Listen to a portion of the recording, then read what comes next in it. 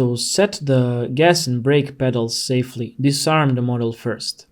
Since different ESCs have different internal codes, there is a slight risk of throttle runaway, as shown in the video. You should lift your model onto a stand, or even better, remove its drive wheels. Now let's start by clicking at Setup, Virtual Controller, then open Axis B and Axis C. Then select the game controller that you are using. Then choose the axis recognized by the Windows as the gas pedal for Axis B and the brake pedal for Axis C. This might vary depending on the brand, so be sure to check it out. Press the pedals and see if the values are changing in the application. If the values are inverted, click Invert Axis. Now let's assign the pedals with the receiver. Click on Setup, then Game Control Functions, Controls, Electric Car, Combined Gas Brake Reverse.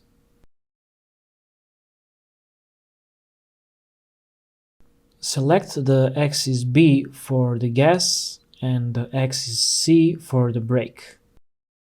Then assign them with servo output B. Now press the pedals, and if everything has been done correctly, the animation should behave as shown in the video. Now let's connect the ESC to the battery for the very first time. And we will connect ESC at the servo output section.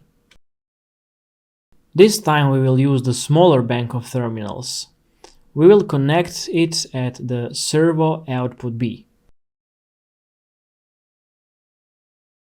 We can switch our steering servo from port A at a larger terminal bank to port A on the smaller bank, as the smaller bank is powered by the ESC and provides a higher voltage for faster servo responsiveness. Now turn on the ESC and arm the model. Try pressing the pedals and see how does the drivetrain respond to the controls.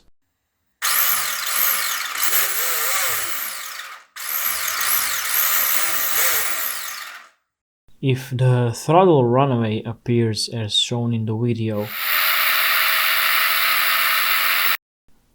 go to Setup, then Model Control, then servo output B needs to be adjusted to its neutral position by moving the second slider named Set Center. At the third and fourth slider you can readjust forward speed and braking force, aka reverse speed.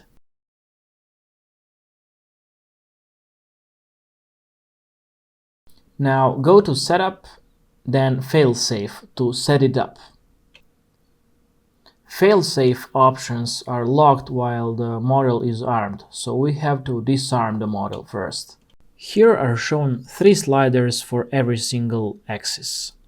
The first one is servo output value and it is not clickable. The second one shows us the value that has been set to the model and it is also not clickable. We have to move the third one to set the failsafe at the desirable value. Then click at Write Failsafe to Model and the second slider will show us the value that has been set. To save all the settings that have been done, go to File, then Save Model Setup. Then choose the name and location for your file so you can load it for the next time. You can save and load multiple files so you can experiment with different adjustments.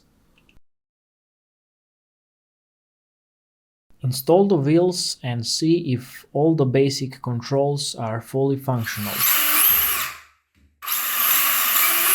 Check tutorial number 6 for FPV camera installation.